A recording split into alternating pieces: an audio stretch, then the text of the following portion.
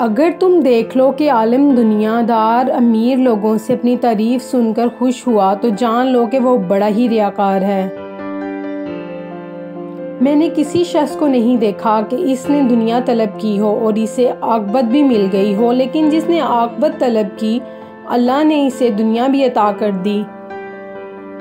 अगर तू चाहता है कि देखे कि तेरे बाद तेरी दुनिया कैसी होगी तो तू देख ले कि दूसरे मरने वालों के बाद इनकी दुनिया क्या बनी।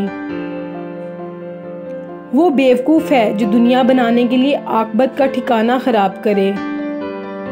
मेरे नज़दीक आकिल वो है जो दुनिया सिर्फ और ख़राब करके आखिरत को सामान दुरुस्त करे।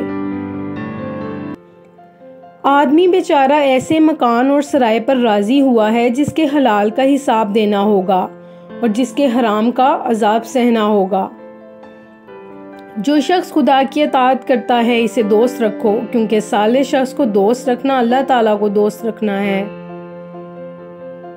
मोमिन नेकियां करता रहता है और अल्लाह से खाइफ रहता है, और फाजिर इंसान गुनाह करता रहता है और फिर भी अपने आप को मोमिन समझता है। गम से रूह में तवानाई आती है। जिसे खुदा जलील करना चाहता है वो दौलत की तलाश में लग जाता है। हसन बसरी रहमतुल्लाह अलैह ने सईद बिन जबीर को 3 नसीहतें की। सोहबत सुल्तान से इज्तनाब करो, औरत के साथ तन्हा न रहो, ख्वाह वो हसन बसरी ही क्यों ना हो। सोम राग रंग में कभी शिरकत मत करो, ये चीज़ें बुराई की तरफ ले जाने का पेश खैमा है। जल्दी करो, जल्दी तुम्हारी जिंदगी क्या है, ये सांस ही तो है, अगर ये रुक गई तो तुम्हारे माल का सिलसिला मुनक़ता हो जाएगा जिनसे तुम अल्लाह का कुर्ब हासिल करते हो। अल्लाह रहम फरमाए इस पर जिसने अपने माल का जायजा लिया और अपने गुनाहों पर कुछ आंसू बहाए। मोमिन का काम आहिस्तगी में इबादत और तन्हाई में दुआ है।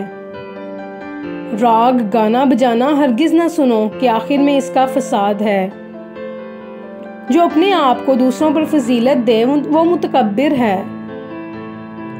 जो खुद को आलिम जाने वो जाहिल है। गीबत का कफ़ारा इस्तग़फ़ार करना और जिसकी गीबत की हो इससे माफ़ी चाहना है।